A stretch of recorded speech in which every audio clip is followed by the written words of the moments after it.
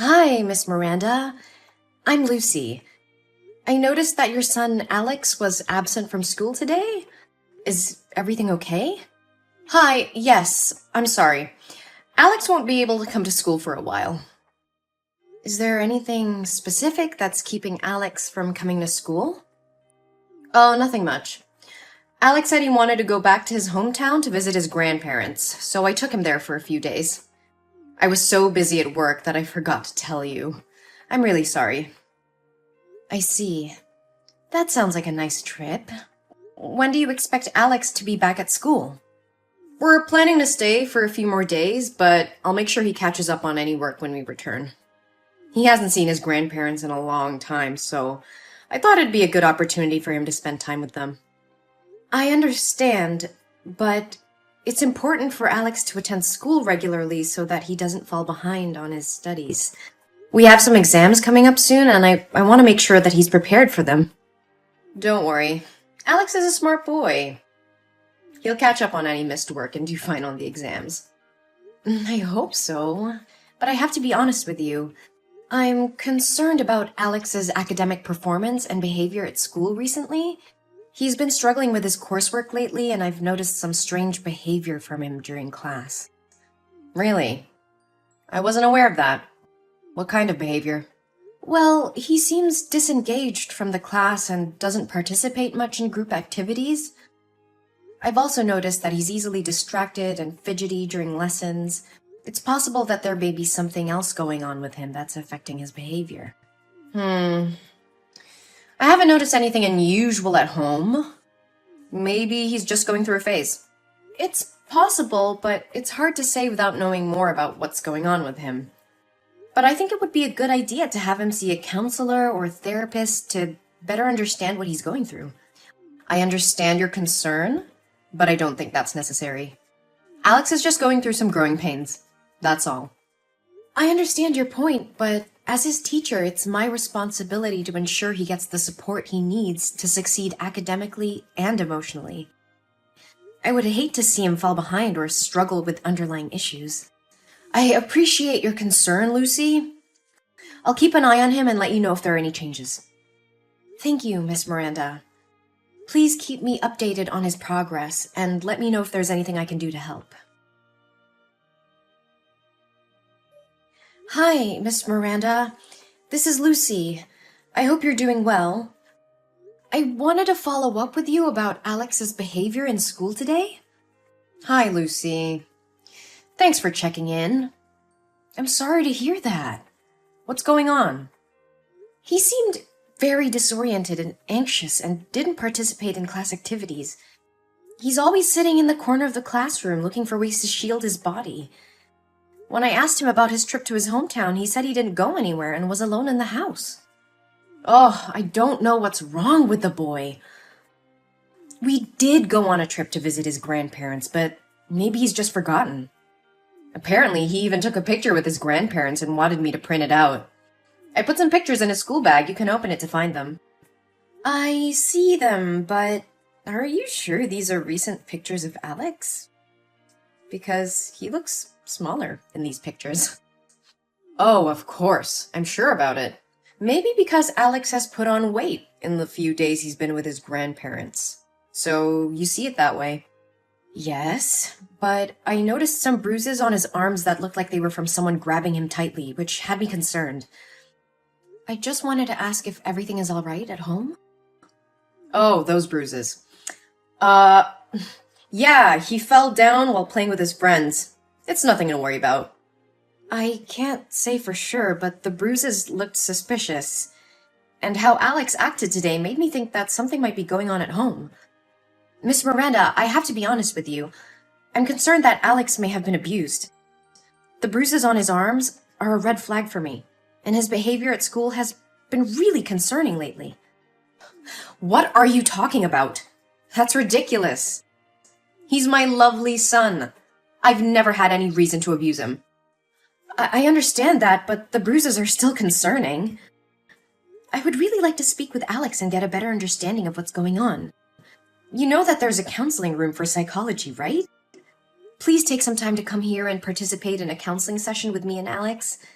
As his guardian, your presence would be required. No, I am not allowing you to do that. You can't put my son in there and turn him into a psycho. He's just going through puberty changes. Don't overreact. Puberty at 7 years old? I don't think that's a valid reason. Miss Miranda, I understand you may feel uncomfortable with the idea of counseling, but I believe it's important for Alex's well-being that we explore these concerns. I still don't understand why you're making such a big deal out of this. He fell down. That's all.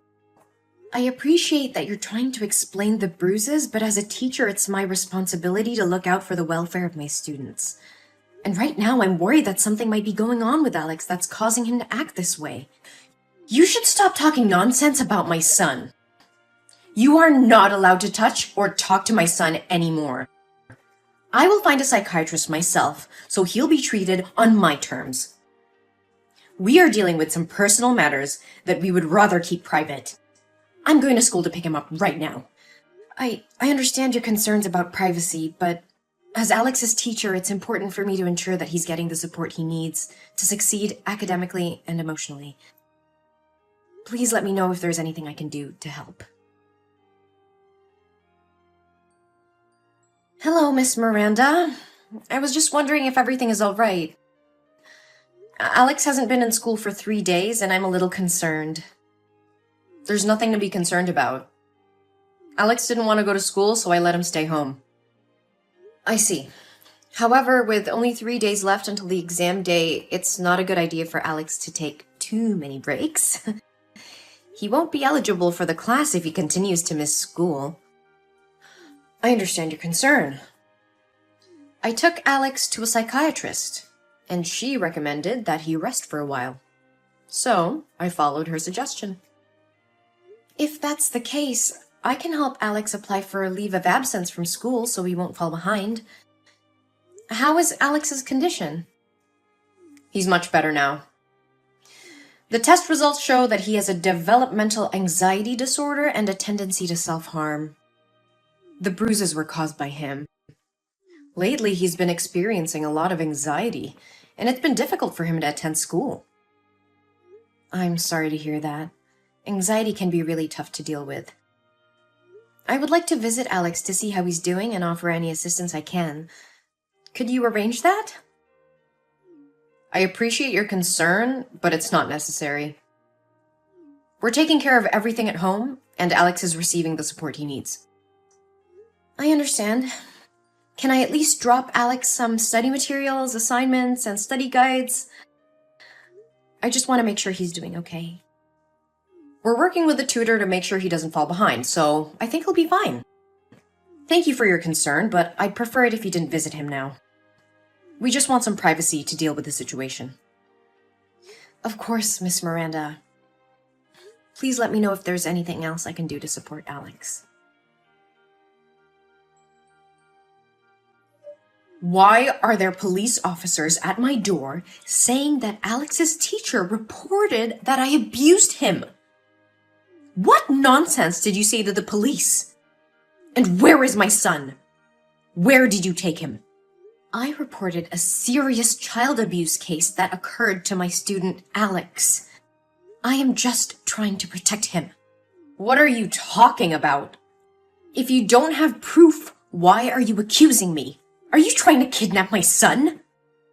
I would never do anything cruel to Alex as you and your boyfriend did. Alex is in the hospital with me. The police have just finished taking his statement. What statement? What the hell are you talking about? After class today, I had to pass by your house. I noticed that your house was locked from the outside, even though you said you were at home with Alex. There were crumpled pieces of paper all over your yard with SOS written in Alex's handwriting. And I called out to Alex and tried calling you, but you didn't pick up. So I went inside to check. Alex was lying motionless on the floor, covered in whip marks and bruises. He was unconscious. This is outrageous. How dare you enter my property without my permission? You have no right to do that. Go ahead. I'm not afraid of you. I had to take action because I saw something that raised serious alarm bells. Alex was lying unconscious on the floor with whip marks and bruises all over his body. It was a horrific sight, and I couldn't just stand by and do nothing. You just make things worse. He was probably just sleeping. Just fell asleep? I broke the window to get in, and the noise was so loud that Alex didn't even move. That boy was unconscious, and the bruises were too severe to be self-inflicted. I called the police and took Alex to the hospital. But I already told you he is mentally ill and tends to harm himself. He's hit himself before, and I wouldn't be surprised if he did it again. Alex's emotions are very unstable. He's in a constant state of fear and panic. He shows very similar behavior to children suffering from abuse, especially when he sees a man wearing a belt. Moreover, Alex has very serious back injuries. So how could a 7-year-old kid hit himself in the back with such great force? You're wrong. He has a developmental anxiety disorder, and the bruises were caused by himself. The psychologist at the hospital checked Alex, and they said his emotions were very similar to those of an abused child. It's clear that he was physically abused, and you're responsible for it. This is ridiculous! You have no right to accuse me of abuse. I would never hurt my son.